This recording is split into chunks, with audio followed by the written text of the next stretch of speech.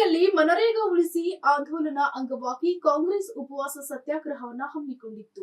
ಯಾದಗಿರಿಯಲ್ಲೇ ಗಾಂಧಿ ವೃತ್ತದಲ್ಲಿ ಜಿಲ್ಲಾ ಕಾಂಗ್ರೆಸ್ ಸಮಿತಿಯಿಂದ ಆಂದೋಲನ ಮಾಡಲಾಗಿದೆ. ಮನರೇಗಾ ಉಳಿಸಿ, ಕೂಲಿ ಕಾರ್ಮಿಕರ ರಕ್ಷಣೆ ಬೇಕು, ಮನರೇಗಾ ಬೇಡ, ನಮ್ಗೆ ವಿಜಿ ರಾಮ್ಜಿ ಬೇಕು, ನಮ್ಗೆ ಗಾಂಧಿ ಅಂತ ಭಿತ್ತಿ ಪತ್ರ ಪ್ರದರ್ಶಿಸಿ ಹೋರಾಟ ಮಾಡಲಾಗಿದೆ. ಗಾಂಧೀಜಿ ಫೋಟೋ ಪ್ರದರ್ಶಿಸಿ ಕೇಂದ್ರ ಬಿಜೆಪಿ ಸರ್ಕಾರದ ಆಕ್ರೋಶ ವ್ಯಕ್ತಪಡಿಸಲಾಗಿದೆ. ಉಪವಾಸ ಸತ್ಯಾಗ್ರಹದಲ್ಲಿ ಶಾಸಕ ಚೆನ್ನಾರೆಡ್ಡಿ ಪಾಟೀಲ್ ತೆನ್ನೂರ್, ಮಾಜಿ ಸಚಿವ ಬಾಬುರಾವ್ ಚಿಂಚನ್ಸೂರ್ ಸೇರಿ ಹಲವು ಮುಖಂಡರು, ನೂರಾರು ಜನರು, ಕಾರ್ಯಕರ್ತರು ಪಾಲ್ಗೊಂಡಿದ್ರು. ಕಾರ್ಯಕ್ರಮಗಳ ಹೆಸರು ಬದಲಾವಣೆ ಮಾಡುವುದರ ಮುಖಾಂತರ ಸಾಧನೆ ಮಾಡಲು ಹೊರಟಿದ್ದಾರೆ.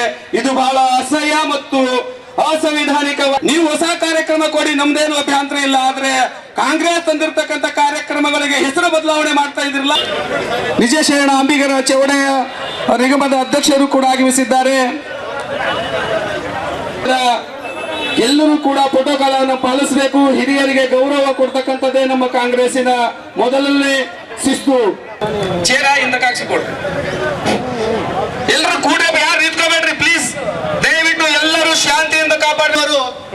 ಶ್ರೀ ಅಂಬಿಗರ ಚೌಡಯ್ಯ ನಿಗಮದ ಅಧ್ಯಕ್ಷರಾಗಿರ್ತಕ್ಕಂಥ ಸನ್ಮಾನ್ಯ ಶ್ರೀ ಬಾಬುರಾವ್ ಚುಂಚನ್ ಸಾಹೇಬರು ಅವರನ್ನು ಕೂಡ ನಾನು ತುಂಬ ಹೃದಯದಿಂದ ತಮ್ಮೆಲ್ಲ ಯಾದಗಿರಿಯ ಜಿಲ್ಲಾ ಕಾಂಗ್ರೆಸ್ನ ಅಧ್ಯಕ್ಷರಾಗಿರ್ತಕ್ಕಂಥ ಶ್ರೀ ಬಸರೆಡ್ಡಿ ಎಂ ಅಲಿ ಪಾಟೀಲ್ ಅವರನ್ನು ಕೂಡ ತಮ್ಮೆಲ್ಲರ ಪರವಾಗಿ ಹೃತ್ಪೂರ್ವಕವಾಗುತ್ತೇನೆ.